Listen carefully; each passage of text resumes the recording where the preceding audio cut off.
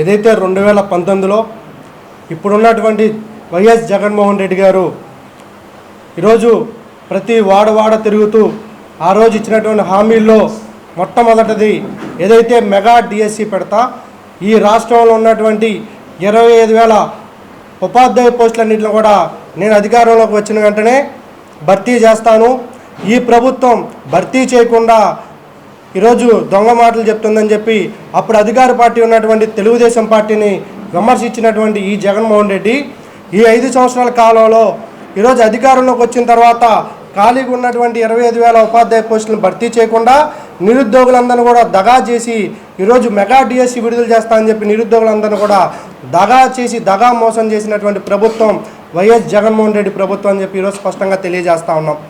అంతేకాకుండా మాట తప్పను మడం తిప్పను అన్నటువంటి ముఖ్యమంత్రి, నేను ఉన్నాను నేను విన్నాను అన్నటువంటి ముఖ్యమంత్రి, ప్రతి సంవత్సరం 1వ తారీఖున నూతన ఉద్యోగాలతో కూడినటువంటి నూతన జాబ్ క్యాలెండర్ విడుదల చేస్తానని చెప్పినటువంటి ముఖ్యమంత్రి 5 సంవత్సరాలు ఏం చేసావయ్యా ముఖ్యమంత్రి అని అడిగితే ఈరోజు నిరుద్యోగులందరినీ మోసం చేసి నిరుద్యోగులందరినీ దగా చేసి నిరుద్యోగులందరినీ అరిచేతుల్లో వైకుంఠం చూపించి అడిగిన వాళ్ళందరూ నిరుద్యోగులందరి మీద అక్రమ కేసులు అరెస్టులు చేసి ఈరోజు ఎంతోమంది నిరుద్యోగుల తల్లిదండ్రులు బాధపడతా ఉన్నారు.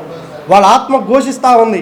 ఈరోజు నిరుద్యోగుల తల్లిదండ్రులందరూ అప్పులు చేసి పల్లెటూరు నుంచి విజయవాడ వచ్చి సిటీల్లోకి వచ్చి కోచింగ్ సెంటర్లో లక్షలు వేలు ఖర్చులు పెట్టి కోచింగ్ తీసుకొని మెగా డిఎస్సి విడుదల చేస్తానని మాయ మాటలు చెప్పి అధికారంలోకి వచ్చి నిరుద్యోగుల యొక్క ఓట్లతో గెలిచినటువంటి ముఖ్యమంత్రి ఈరోజు నిరుద్యోగులు మోసం చేసి 6,100 జాబ్ నోటిఫికేషన్ విడుదల చేస్తావా?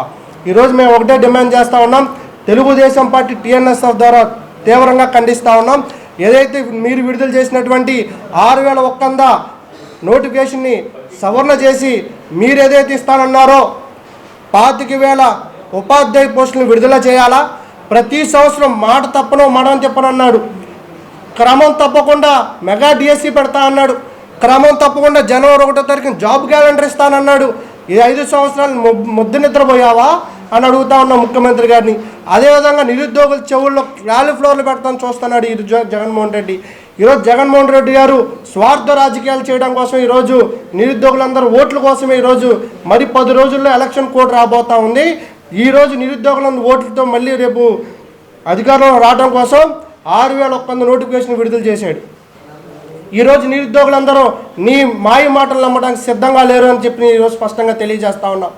ఏదైతే తెలుగుదేశం ప్రభుత్వం రేపు అధికారంలో రాబోతూ ఉంది, నారా చంద్రబాబు నాయుడు గారు ఏదైతే 5 సంవత్సరాల్లో 20 లక్షల ఉద్యోగాలని భర్తీ చేస్తా అని చెప్పి హామీ ఇవ్వడం జరిగింది. దాన్ని మేనిఫెస్టోలో పెట్టడం కూడా జరిగింది. ఈరోజు నిరుద్యోగులందరూ కూడా విద్యార్థి యువత నిరుద్యోగులందరూ కూడా తెలుగుదేశం పార్టీకి పట్టం కట్టబోతా ఉన్నారని కూడా స్పష్టంగా తెలియజేస్తూ ఉన్నాం. ఈరోజు మాది ఏకైక డిమాండ్ ఏదైతే వైఎస్ జగన్మోహన్ రెడ్డి గారు మొన్న క్యాబినెట్ మీటింగ్ అనంతరం 6,100 నిరుద్యోగులకి మెగా డిఎస్సి పెడతాను అని చెప్పేసి నోటిఫికేషన్ కూడా విడుదల చేయడం జరిగింది. ఈరోజు దాన్ని తీవ్రంగా ఖండిస్తూ ఉన్నాం. మీరు ఏదైతే ఇస్తానన్నారో 25,000 ఉపాధ్యాయ పోస్టుల్ని విడుదల చేయాలా? మీరు విడుదల చేయని పక్షాన నిరుద్యోగ సంఘాలందరూ కలిసి బహిరంగ పోరాటానికి కూడా మేము సిద్ధం అవుతా ఉన్నాం.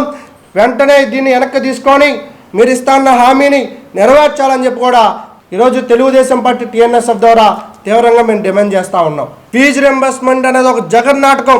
ఈరోజు నిరుద్యోగుల ఓట్లతో గెలిచి ఈరోజు ముఖ్యమంత్రి అయిన తర్వాత ఒక విద్యార్థి నిరుద్యోగి కూడా ఒక పెన్ను పుస్తకం ఇచ్చిన దాఖలాల్లో ఈరోజు నిరుద్యోగులందరికీ కూడా ఒకటే కోరుకుంటా ఉన్నారు. ఈరోజు మా జీవితాలు పక్క రాష్ట్రాలకు వెళ్ళినా సరే మమ్మల్ని హేళన చేసే విధంగా ఈ రాష్ట్రంలో నుంచి వచ్చి పక్క రాష్ట్రాలకు వచ్చే నిరుద్యోగులందరికీ కూడా గుర్తింపు లేదనే విధంగా నిరుద్యోగులందరికీ ఘోషిస్తూ ఉన్నారు. రేపు తెలుగుదేశం ప్రభుత్వం అయినా వచ్చిన వెంటనే మాకు 20 లక్షల ఉద్యోగాలు తెలుగుదేశం ప్రభుత్వం కల్పిస్తుంది. మేము తెలుగుదేశం పార్టీ వైపే నడుస్తాం, తెలుగుదేశం పార్టీగా పట్టం కట్టబోతా ఉన్నాం కూడా నిరుద్యోగులందరూ ఘోషిస్తూ ఉన్నారు. వాళ్ళు తెలుగుదేశం పార్టీ వైపే నడుస్తూ ఉన్నారని కూడా తెలియజేస్తూ ఉన్నాం. మరి ఇంకోటి తెలియజేస్తూ ఉన్నాం, 6,100 నోటిఫికేషన్ని వెనక్కి తీసుకోవాలని చెప్పి ఏకైక డిమాండ్ చేస్తూ ఉన్నాం. బొత్స సత్యనారాయణ ఏదైతే వ్యాఖ్యలు చేశాడో చదువుకోవటం వల్లే ఈరోజు నిరుద్యోగ సంఖ్య ఎక్కువ అవుతుందని చెప్పి వ్యాఖ్యలు చేస్తూ ఉన్నాడు. ఈరోజు బొత్స సత్యనారాయణ కూడా నిరుద్యోగుల పక్షాన్ని బయటకు వచ్చి క్షమాపణ చెప్పాలని కూడా మేము డిమాండ్ చేస్తూ ఉన్నామని చెప్పి మీడియా విలేకరుల ద్వారా స్పష్టం చేస్తూ ఉన్నాం.